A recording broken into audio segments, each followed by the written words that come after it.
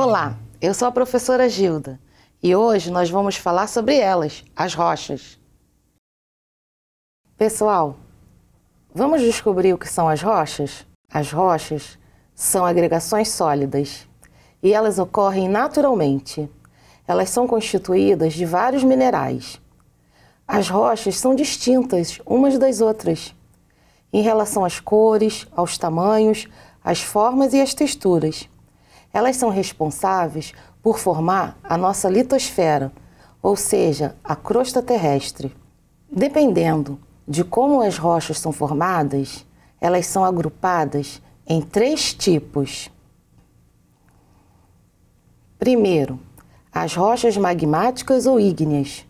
Segundo, as rochas sedimentares. E terceiro, as rochas metamórficas.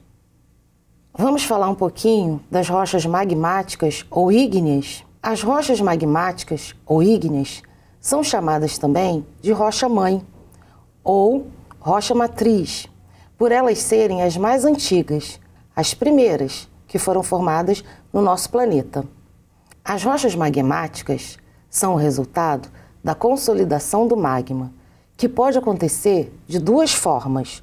Vamos ver a seguir. Temos a primeira forma, que é a rocha plutônica ou intrusiva. Esse tipo de rocha é formado dentro do vulcão. Essa rocha sofre um processo de resfriamento bem lento, porque ocorre dentro da litosfera. Temos nesse tipo de rocha a formação de cristais bem visíveis. Vamos ver um exemplo? Temos o granito. O granito ele é formado por 3 minerais, o quartzo, o feldespato e a mica. Observem a figura. Essa figura ela mostra o tampo de uma pia e também de uma mesa, que são formados pelo granito. Ou seja, o granito é uma rocha muito utilizada dentro de nossas casas, nas construções civis e em vários outros lugares.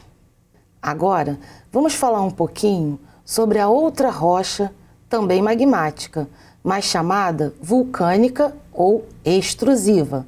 Observe o nome, extrusiva. Essa rocha é formada fora da litosfera, ou seja, ela é formada a partir da lava. Nesse tipo de rocha ocorre um resfriamento bem rápido. Devido a esse resfriamento rápido, a rocha não apresenta formação visível de cristais.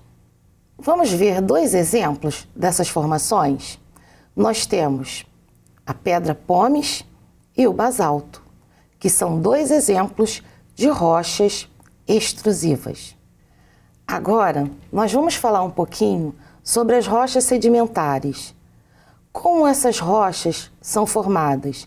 Elas são o resultado de agregações de outras rochas, de restos de matéria orgânica, ou seja, restos de animais e de vegetais.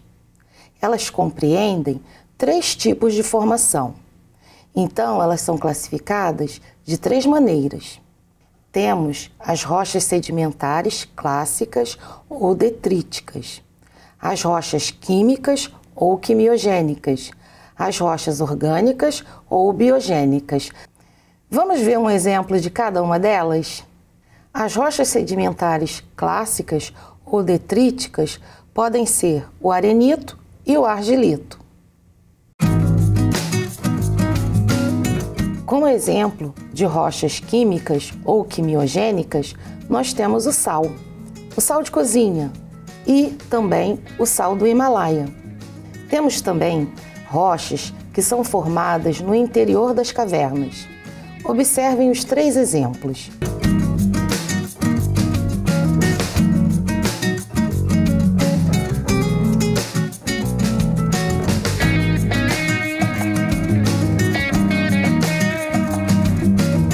Como vocês podem observar, a fluorita também é uma rocha formada no interior da caverna, sendo que ela é formada a partir da massa de flúor. Nós temos também as rochas orgânicas. Como exemplo delas, podemos citar o calcário, muito utilizado na fabricação de cimento e cal. Vamos falar agora das rochas metamórficas. Como será que elas são formadas? Elas são o resultado de transformações ocorridas entre as rochas magmáticas e sedimentares.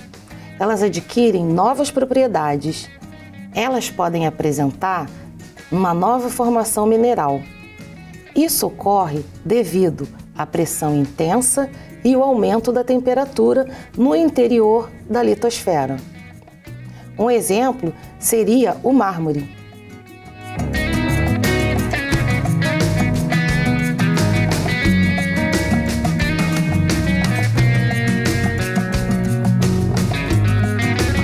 A ardósia seria também um outro exemplo de rocha metamórfica.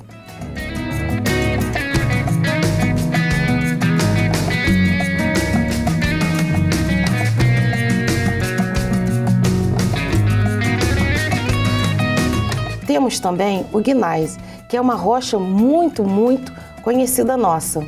Observem as figuras: o Morro do Corcovado e também o Pão de Açúcar.